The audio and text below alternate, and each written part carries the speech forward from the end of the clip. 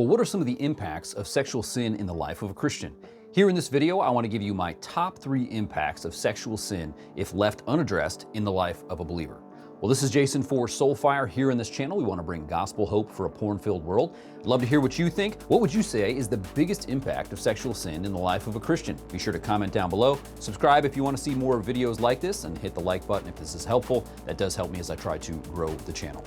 Well, the first impact that I see in the life of a Christian from sexual sin is that it will begin to suffocate their walk with Jesus. Well, in the book of 1 John, John is dealing with something called Gnosticism, where people were saying that your spirit is very different from your physical body, and therefore what you did with your physical body ultimately didn't matter. And people were taking this to encourage sexual sin, saying, hey, it's no big deal what you do with your body, so you can engage in sexual promiscuity. No big deal. But John addresses this with a clear reality that God has called us not towards sexual impurity, but in wholeness. In 1 John 1:6, he said, if we say we have fellowship with him, while we walk in darkness, we lie and do not practice the truth.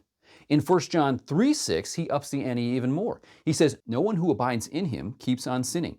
Anyone who keeps on sinning has neither seen him or known him. John makes it very, very clear.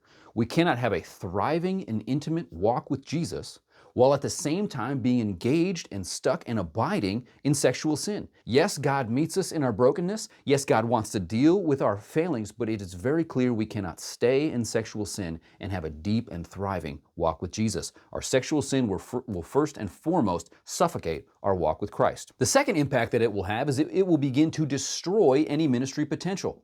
All the guilt and the shame and just the weight of sexual sin will hold back a Christian man or woman from engaging in advancing God's kingdom, from engaging in using their spiritual gifts to fulfill the ministry call that he has on their lives. Hebrews 12:1 and 2 illustrates this really well, where it says, we must lay aside every weight and sin which clings so closely, so that we may run with endurance the race that has been set before us. You see, God has called each of us to a race. If you want to run this race, you must set aside the weight and sin of something like sexual sin. It will really hold and weigh you down. Sexual sin is a weight, it is a baggage, it will keep you from engaging in the call that God has for you. And that brings me to a very good point here, and that is that it is much easier to focus on what God is calling us to get a sense of calling and direction rather than to simply try not to sin. Trying not to sin is extremely difficult. Instead, having a clear sense of calling and purpose from God for what we should do will really help us as we try to throw off the weight and sin of sexual sin. And third, finally, it will crumble the foundation of a marriage and impact the next generation.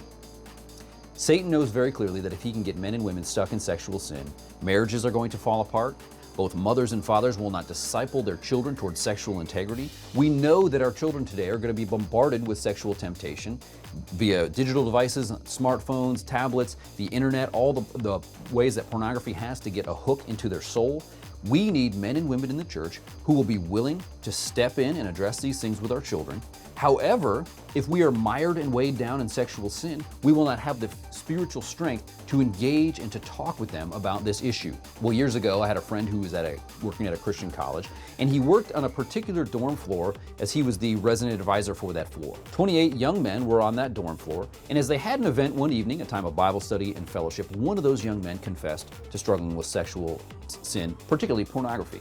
And even as a Christian student at a Christian college, he was struggling with pornography addiction. At that time, each one of those men then went around and shared 28 out of 28 had an active struggle with pornography there at that Christian college. Now, my friend was shocked by this, and as he inquired a little bit more clearly, 26 of the 28 admitted this had started before they were 12. So for over 6 years, most of these men had been mired in pornography addiction.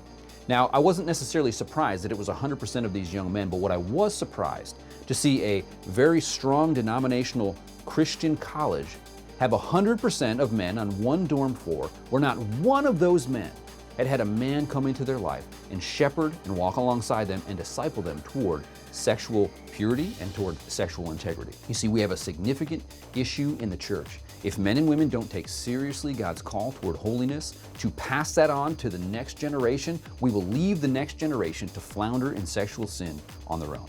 So those are my top 3 impacts of sexual sin in the life of a believer. It will suffocate your walk with Jesus, it will destroy any ministry potential that you have, and finally, it will crumble the foundation of a marriage and therefore impact the next generation. Well, what do you think? Are there some other issues that you see cropping up in the life of a Christian? Certainly there are more issues that we could talk about. Love to hear your thoughts. Post those down below and subscribe if you want to see more content like this.